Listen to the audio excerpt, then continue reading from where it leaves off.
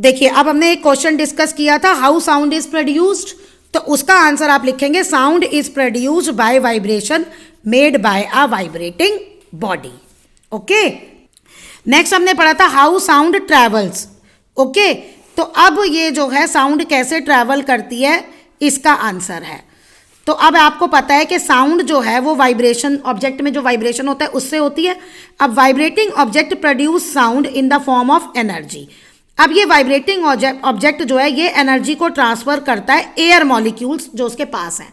जैसे अब मैं बोल रही हूँ तो मेरे मुंह के पास जो एयर मॉलिक्यूल्स हैं उन पे ये साउंड चली गई, उस पे एनर्जी ये ट्रांसफर हो गई, और मॉलिक्यूल्स जो होते हैं वो वाइब्रेट करना शुरू कर देते हैं बैक एंड वर्थ। जैसे झूला होता है ना, स्विंग, आगे पीछे, ऐसे ऐसे ये मूवमेंट करना शुरू कर देते हैं।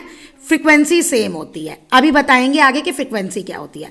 अब ये वाइब्रेटिंग एयर जो है molecules, vibration next air molecules को पास कर देते हैं, आगे उन्होंने नेक्स्ट को कर लिया। तो ऐसे the process goes on and ultimately the air molecule around the sound producing object start vibrating back and forth and the vibrating air molecules falls on the eardrum और हम उसे सुनते हैं। ओके, मेन क्या है आपका कि जो भी जहाँ पे भी वाइब्रेटिंग साउंड प्रोड्यूस होती है उसके पास एयर मॉलिक्यूल्स होते हैं। तो जो साउंड है वो एनर्जी की फॉर्म में होती है, तो वो एनर्जी उन एयर मॉलिक्यूल्स पे ट्रांसफर हो जाती है। एनर्जी आती है तो वो back and forth, to and fro movement, आप टू एंड फ्रो मूवमेंट भी लिख सकते हो, उसमें मूव करना शुरू कर देते हैं।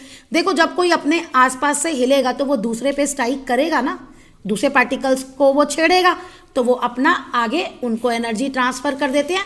ऐसे पूरे एयर में मॉलिक्यूल्स एनर्जी लेते लेते हमारे कान तक पहुंचती है और वो हमें सुनाई देता है।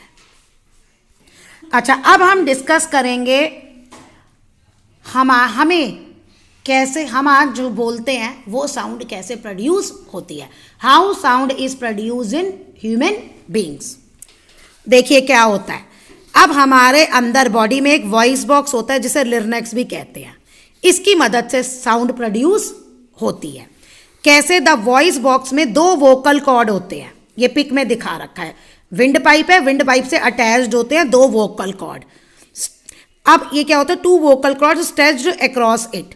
They are stretched across the voice box in such a way that there is a narrow gap. इनमें एक बीच में छोटा सा गैप होता है और जिसे स्लिट कहते हैं। और जब एयर जब है इन स्लिट में से पास होती है तो ये वोकल कॉर्ड वाइब्रेट होते हैं और उससे फिर हमारी साउंड प्रोड्यूस होती है। तो the lungs forces air through the slit between the vocal cord and this make them vibrate and produce sound. अब देखो, यहाँ आपका क्वेश्चन होगा how do we hear sound, या right the structure and function of human ear. उसका structure होगा तभी तो उसका काम भी बता पाएंगे। ह्यूमन ईयर जो है ना बेटा आपका, वो 3 पार्ट्स में डिवाइड है। आउटर ईयर जिसे पिन्ना भी कहते हैं, मिडल ईयर और इनर ईयर। अब क्या होता है, ये पिन्ना, ये बाहर वाला, बाहर जो हमें दिखता है ना, वो उसका काम क्या होता है, ये साउंड को कलेक्ट करता है एयर से और इसे ऑडिटरी कैनल में अंदर पास कर देता है। ईयर कैनल दिख रहा है ना, वहाँ पे इसको ये पास कर देता है। अब जब ये पास कर देता है एंड में, तो एक ईयर ड्रम है, थिन मेम्ब्रेन है जिसे हम कहते हैं ईयर ड्रम। अब क्या काम है, ईयर ड्रम का क्या काम है, जो साउंड बाहर से चल के आ रही है, एनर्जी है उसमें, तो धीरे धीरे उसकी एनर्जी कम होगी। मतलब मैं अभी बोल रही हूँ, जैसे तुम मेरे से जितना दूर चले जाते जाओगे तुम्हें उतनी आवाज़ मेरी लो सुनाई देगी ना, वॉल्यूम लो होता जाएगा ना, क्योंकि एनर्जी लॉस होती जाती है। तो ये जो ईयर ड्रम है ना, वो क्या करता है, वो और तेज वाइब्रेट करता है, मीन्स उस एनर्जी को बढ़ा देता है। ओके, ये वाइब्रेट होता है तो इसको हम कहते हैं एम्पलीफाइड, यानी वॉल्यूम को इंक्रीज कर देता है। ओके, एम्पलीफाइड कर देता है।